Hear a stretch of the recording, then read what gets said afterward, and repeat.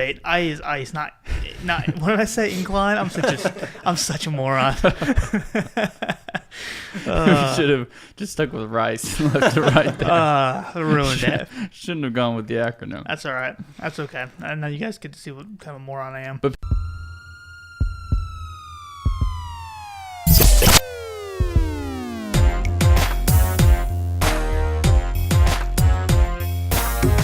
hello, podcasting world. Welcome back to the Core Consult RX podcast.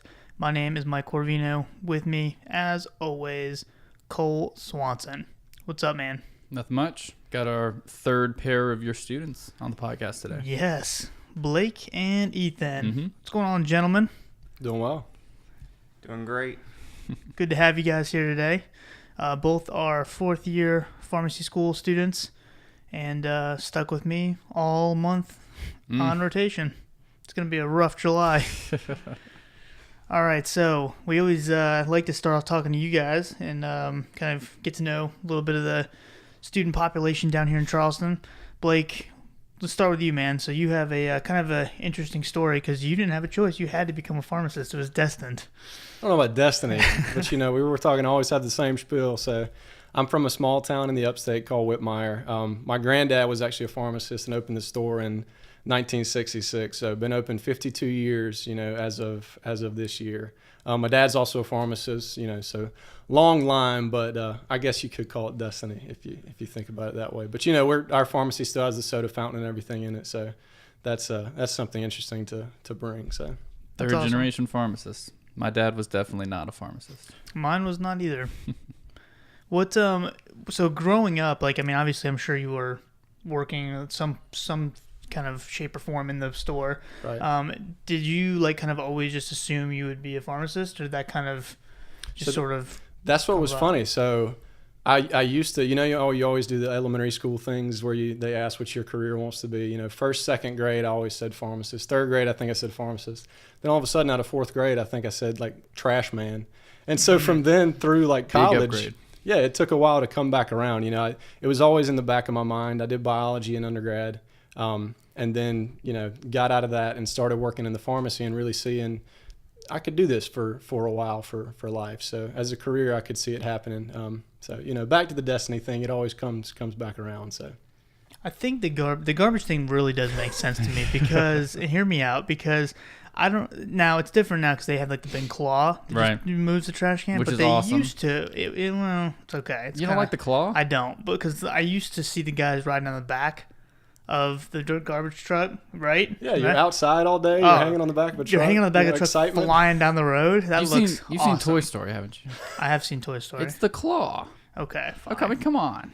Okay, that's a good point. If you're the guy using the machine, from I guess the handle, I've never seen how these things work. Yeah. I assume there's a dude holding the handle. Because there still is a guy on the back. I think he just kind of gets up and, cleans up whatever's on the ground. I or don't know. whatever. I don't see the guy in the back anymore. Really? That's a big letdown. Okay. Maybe we don't have enough trash in our neighborhood.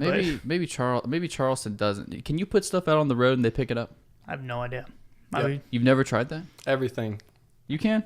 Okay. Absolutely. Downtown. In one of my friends' neighborhoods around here, can't do that. Yeah, But I've always growing up, I always did that. I've always just thrown it in the bin and then assumed if it was lopping over the sides, they wouldn't take it The bin. because of the claw, like the big huge trash can they give you, You call it a bin? whatever it's called. Okay. Trash can. It's not a can anymore. It's this massive container that they dropped off at my house one day. That's true. It's not a can. It's not a can. All right, so Blake, you're gonna be running the family business at one point.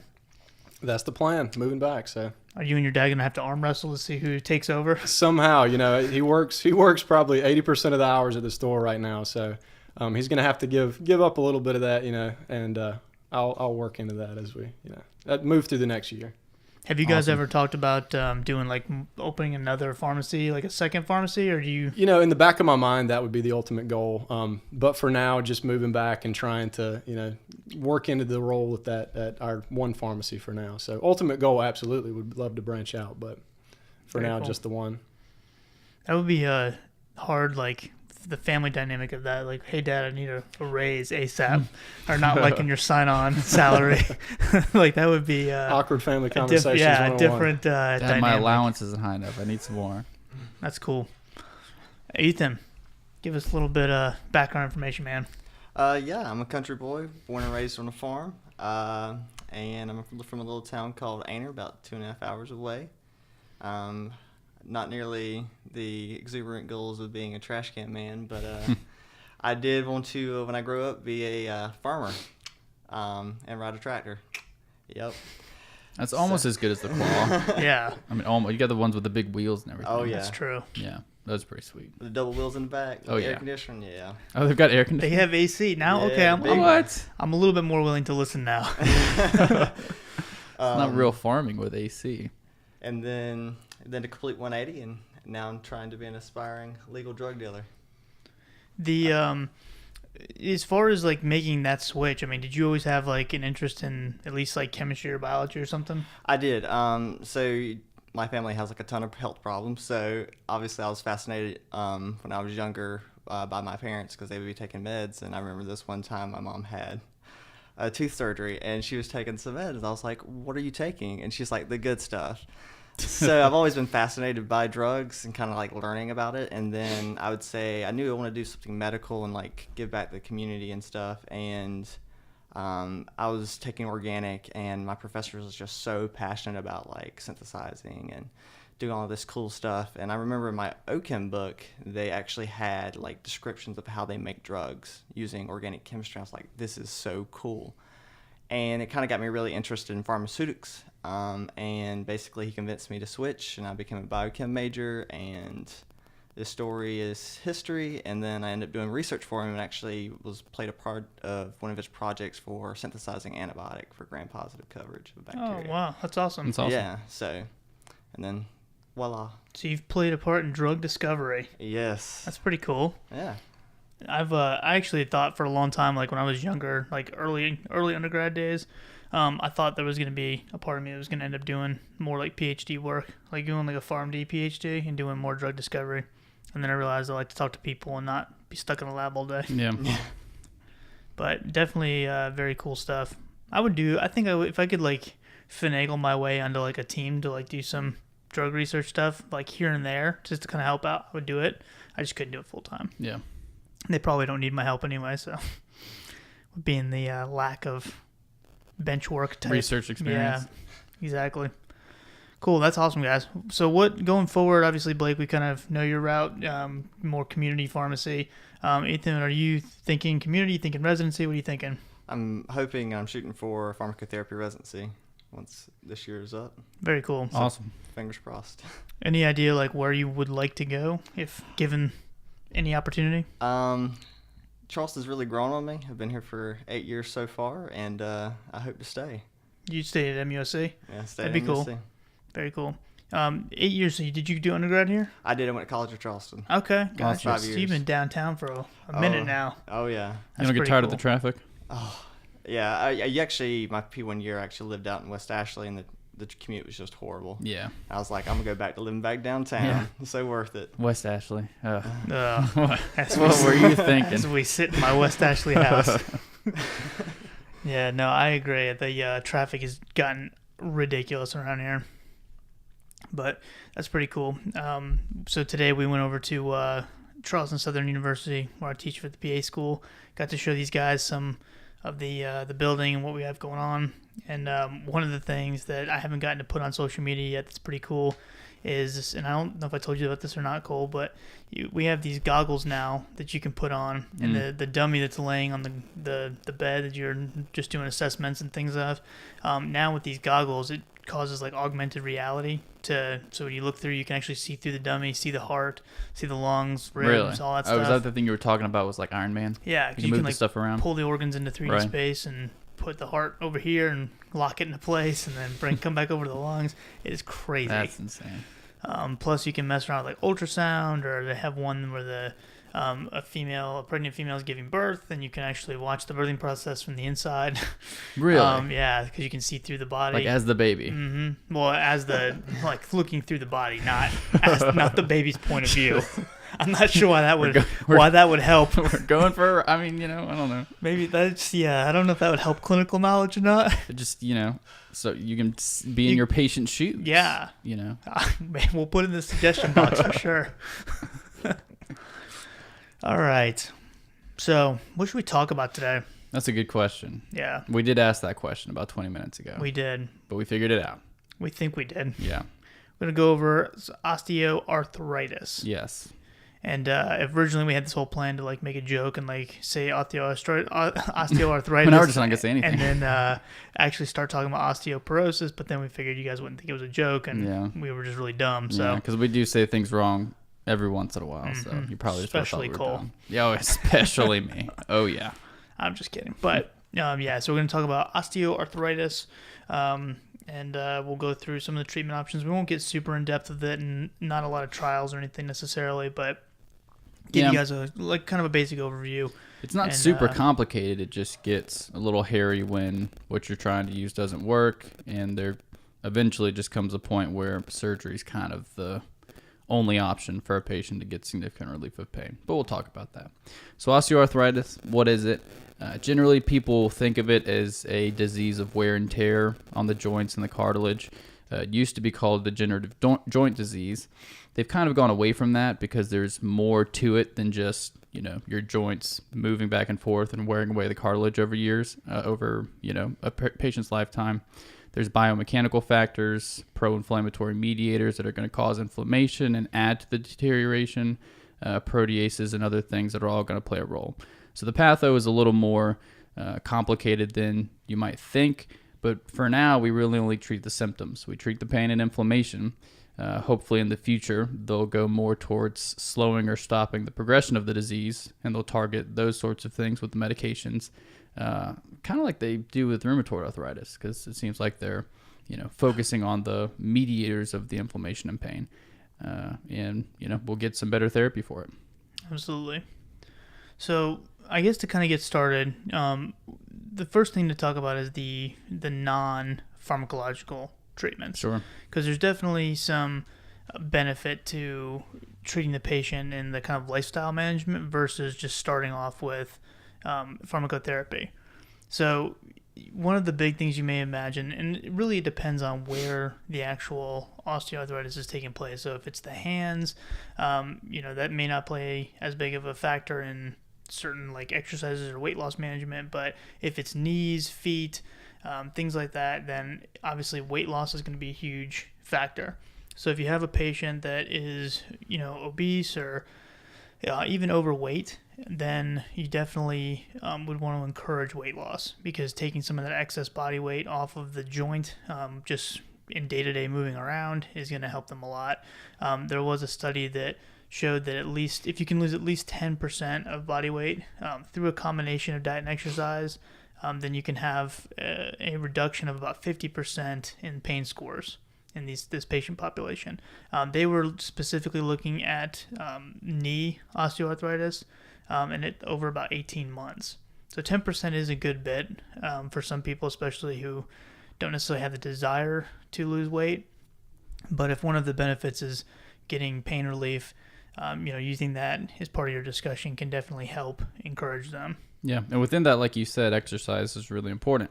There's a study put out just about 10 years ago from the OARSI, which is the Osteoarthritis Research Society International, basically saying that an adequate exercise regimen can provide as much pain relief as an NSAID, and obviously is going to not have the side effects that you can see with NSAIDs, especially in elderly patients, which obviously osteoarthritis, we didn't talk about too much about risk factors other than obesity, but age is obviously a risk factor. Female gender with osteoarthritis of the hands is also more common.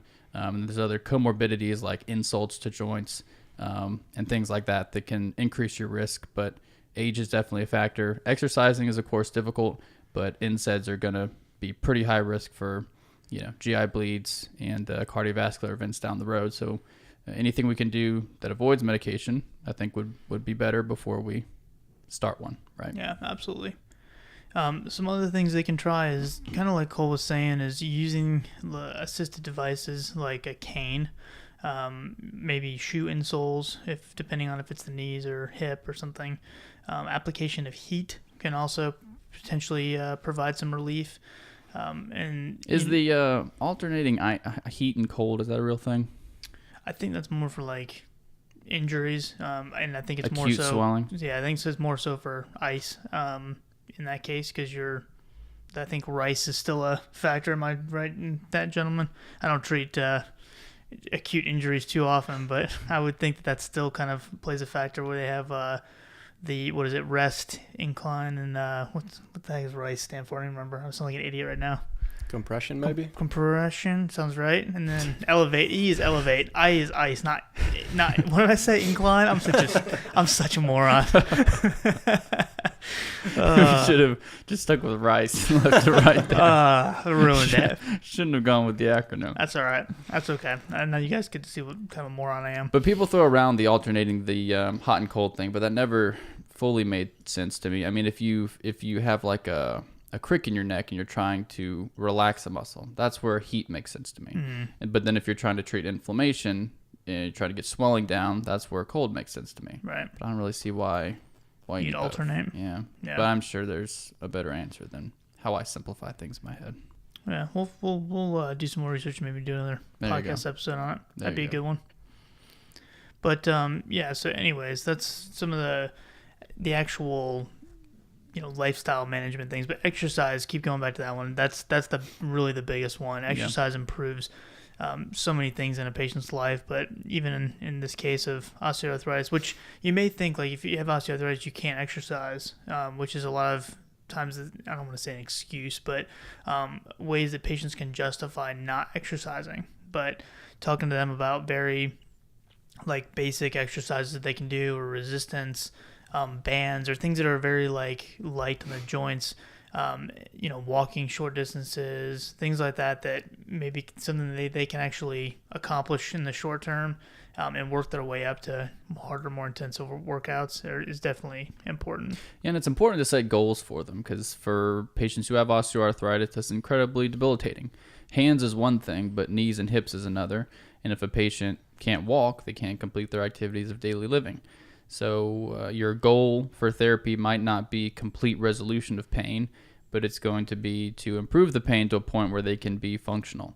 Did you mention like walking aids and canes and stuff like that? Yeah. Yeah. Okay. So whatever you can do to help their, functional status, improve their quality of life, that's kind of the goal, while minimizing risk and minimizing side effects. That's kind of the goal of osteoarthritis therapy. Right.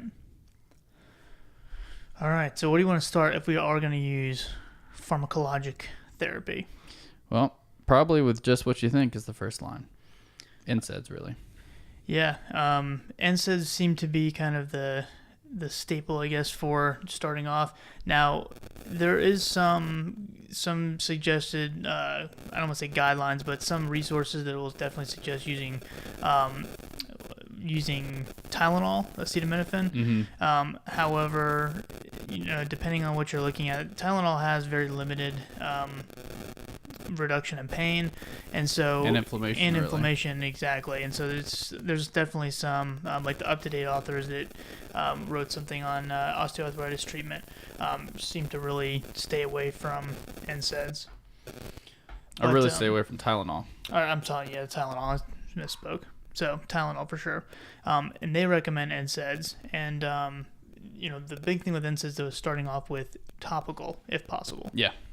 One of the more common topical NSAIDs is the diclofenac. Mm-hmm. Voltaren gel. Diclofenac is great because you can, measure it out very easily. It has this little plastic piece inside the container that when you pull it out, and you can measure out in grams how much you should be applying, and then you can apply it and get the topical benefits, the local benefits of the NSAID, but not necessarily the systemic absorption of an NSAID.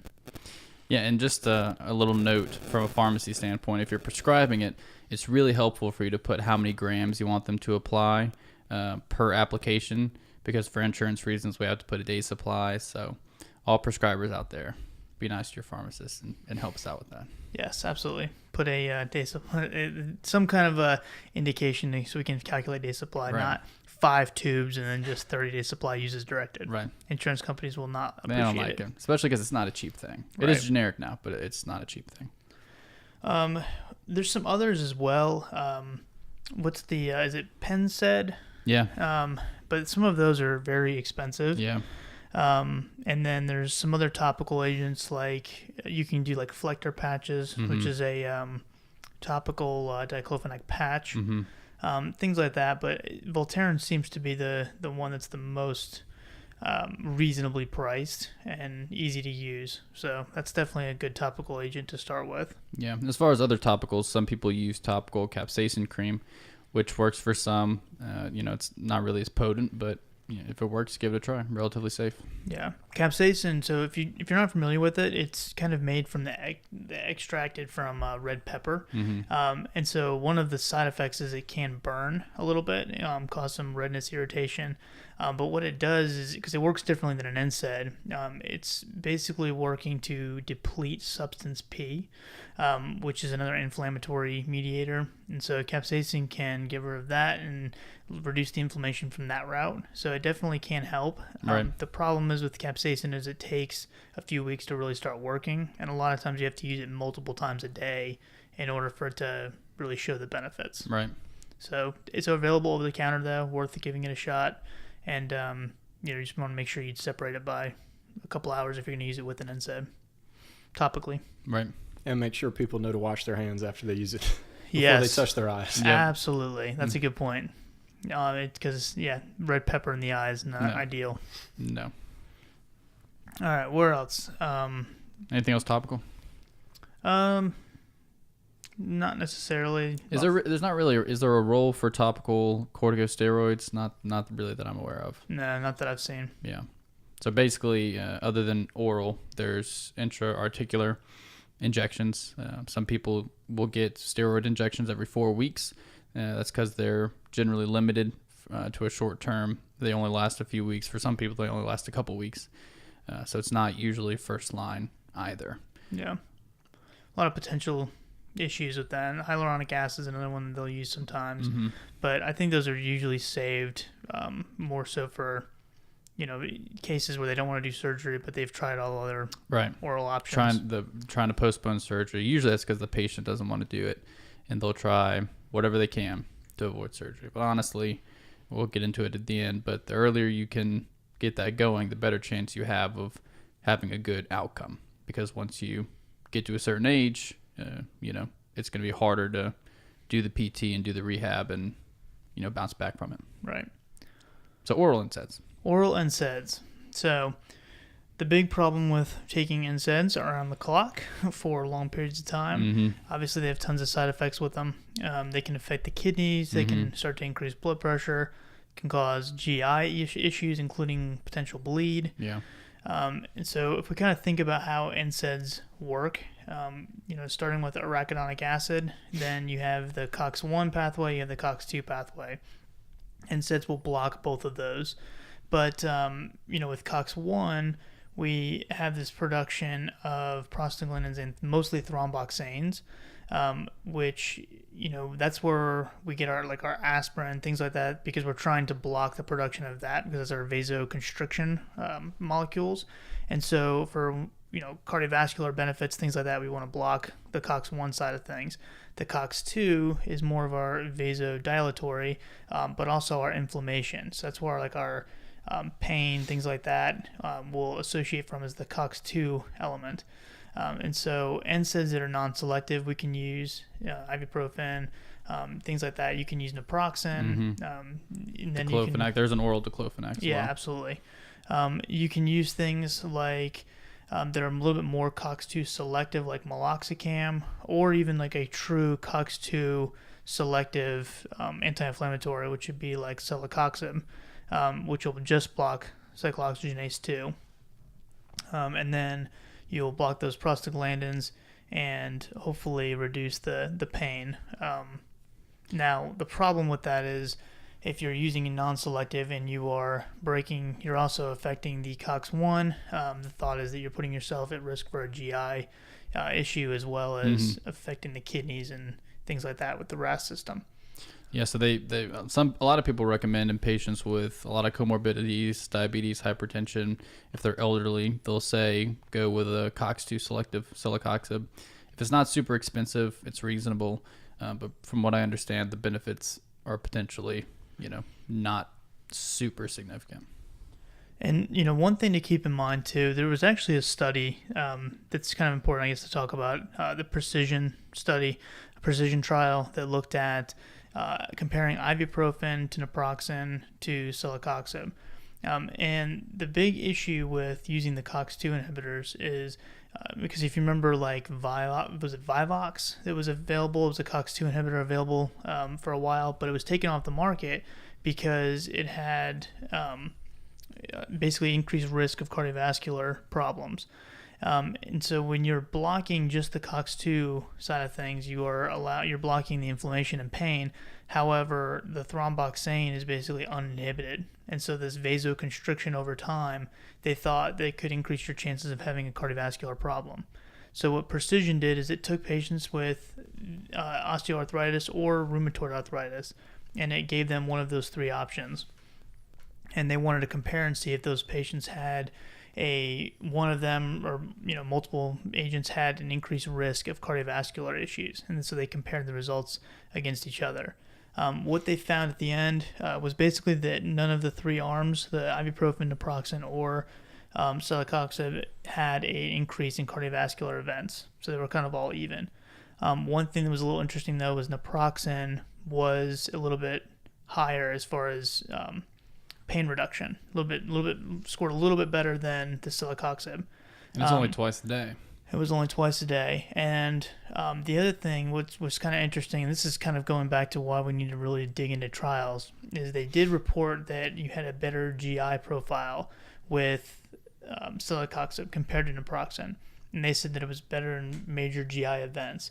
But if you go and actually look at the supplemental data, they say that that composite that they call the major GI events was basically just the only things driving that composite that were significantly different were constipation and then anemia from a possible GI origin. So things like GI bleed, all those types of things were not different between the two classes. And so this is a good case of using naproxen or celecoxib, and whatever one's the patient's more comfortable with, because I think either one would be fine. And I would even probably feel more comfortable just based on that study not using very high of doses of celecoxib, using, if they have cardiovascular issues that you're worried about as well, I'm using naproxen over a COX-2. Yeah. So the other COX-2 inhibitors was Vioxx. That's what you're going for. Rofecoxib and Bextra, which is valdecoxib. So just so we're, yeah, covering all of our bases. Full disclosure. There you go. Taken off the market. Mm-hmm. Yeah, so that's celecoxib. And then if those don't work, which patients can be on these for a long time, it can be for a short period of time where maybe they're exercising and strengthening the muscles around the joints to improve it. But at some point, it's probably going to stop working and they're going to have to move on. If the NSAIDs stop working, that'd be another time where you could say, hey, let's give extra strength Tylenol a try. See if it works for you because it's relatively safe when we take it at the correct dosage. But if that doesn't work for them, you kind of got to move on. Other things that people have looked at, they've actually looked at Cymbalta, which is duloxetine. So an SNRI, which they'll use for various types of pain. But they actually looked at it for knee osteoarthritis. And there was a little bit of benefit to patients who weren't responding to other therapies. So that's something to consider. Also, you could consider something like a Tramadol.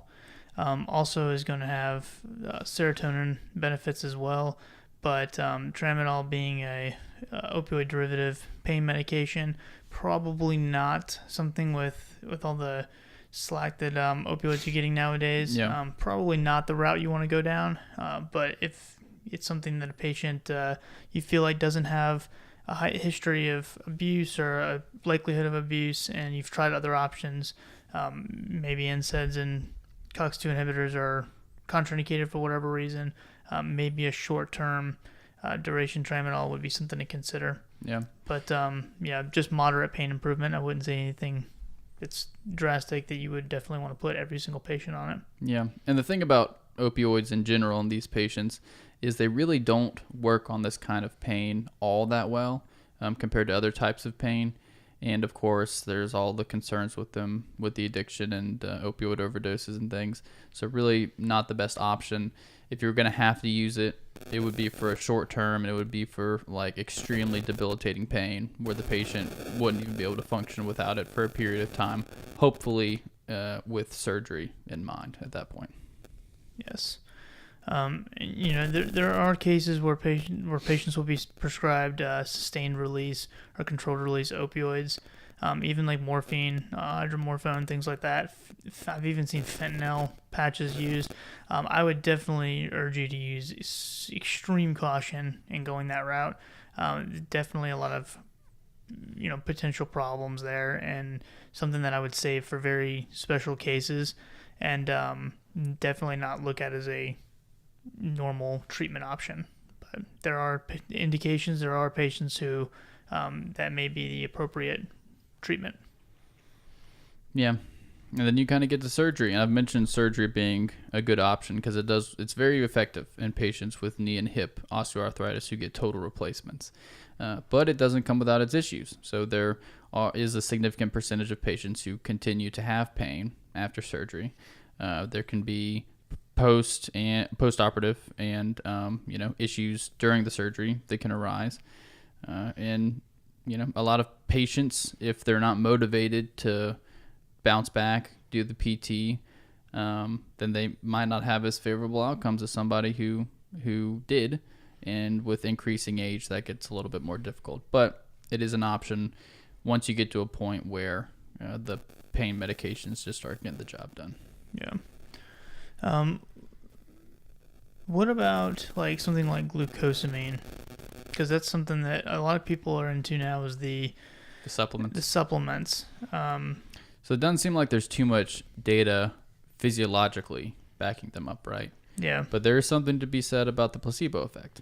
Absolutely. And, I don't want to say there's not any, because there is a little bit of data, some really small studies that have shown a benefit with glucosamine, but definitely not a ton.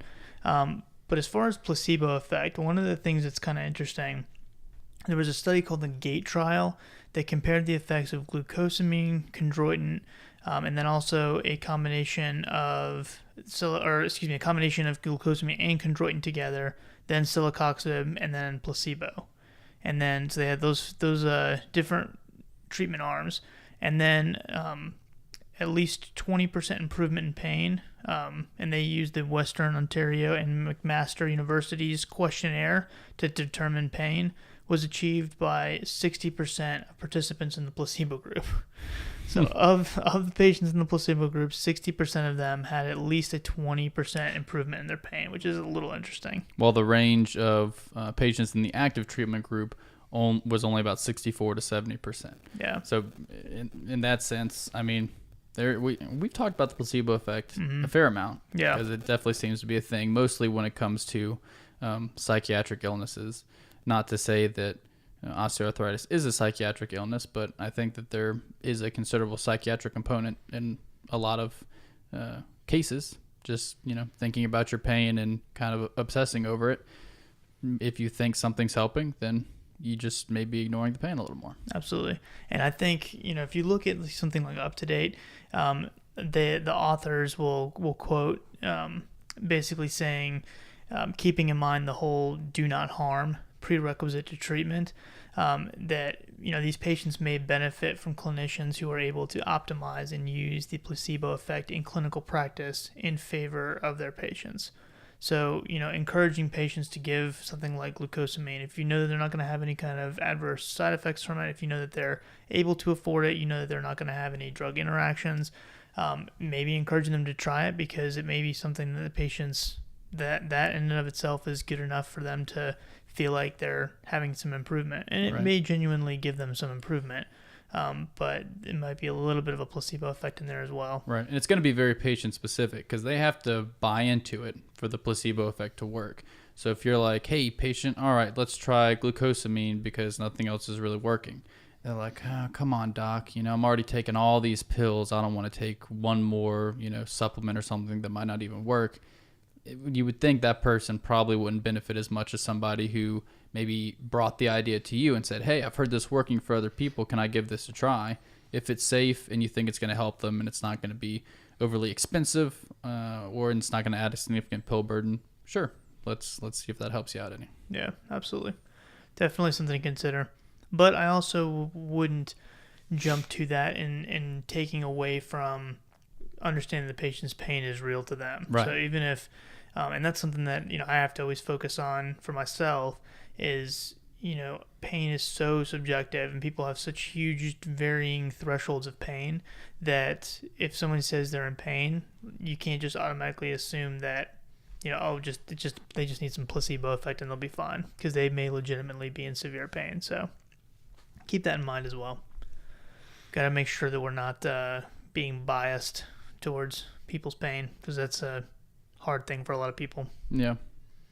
And so as far as mortality in these patients, you don't usually think of osteoarthritis being something that kills people, but it can be debilitating, and with other comorbidities does increase patients' risk of death. It increases patients' risk of cardiovascular death. Patients who have other conditions such as diabetes and other significant cardiovascular risk factors, they're at a higher risk of mortality because of osteoarthritis as well. So it's not limited to just symptomatic treatment. You're potentially prolonging their life by treating their OA. Absolutely. And, when we say that it's causing an increase in cardiovascular disease or worsening of their diabetes, it's because they're impaired physical function. They're not able to around. Exercise, they're unable to get around. And so any kind of sedentary lifestyle is going to promote those types of diseases. And so, it's not the osteoarthritis itself that's enhancing it. Right. But it's the inability to move and become mobile, and exercise. Secondary factors Absolutely. that are caused by osteoarthritis. Sure. Yep. What else? Anything else for osteoarthritis? That's all I got. Anything else, gentlemen?